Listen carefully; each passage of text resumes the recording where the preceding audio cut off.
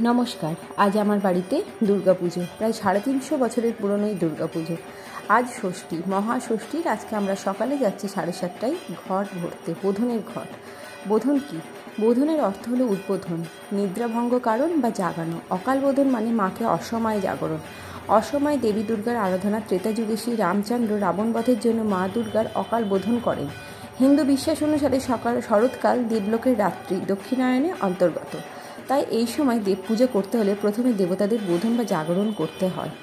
এই আচারে পৌরাণিক প্রচুর তাৎপর্য রয়েছে। প্রচলিত ধারণা অনুযায়ী এই দিন স্বর্গ থেকে মর্তে পদার্পণ করেন দেবী দুর্গা। সঙ্গে থাকে তার 4 সন্তান লক্ষ্মী, গণেশ, কার্তিক এবং সরস্বতী। এদিন মায়ের মুখে আবরণ উন্মোচিত হয়। মনে করা হয় বোধনের পর প্রতিমার মধ্যে প্রাণ প্রতিষ্ঠিত হয়। রামচন্দ্র অকাল বোধনের গল্প অনেক রকমের আছে, কিন্তু আজকে আমরা দেখলাম অকাল বোধনের সকালবেলায় 7:30টার সময় পঞ্জিকা অনুযায়ী ঘট ভরার একটি অনুষ্ঠান। কেমন লাগলো সবাই জানাবে, আস্তে আস্তে আরও আসবে।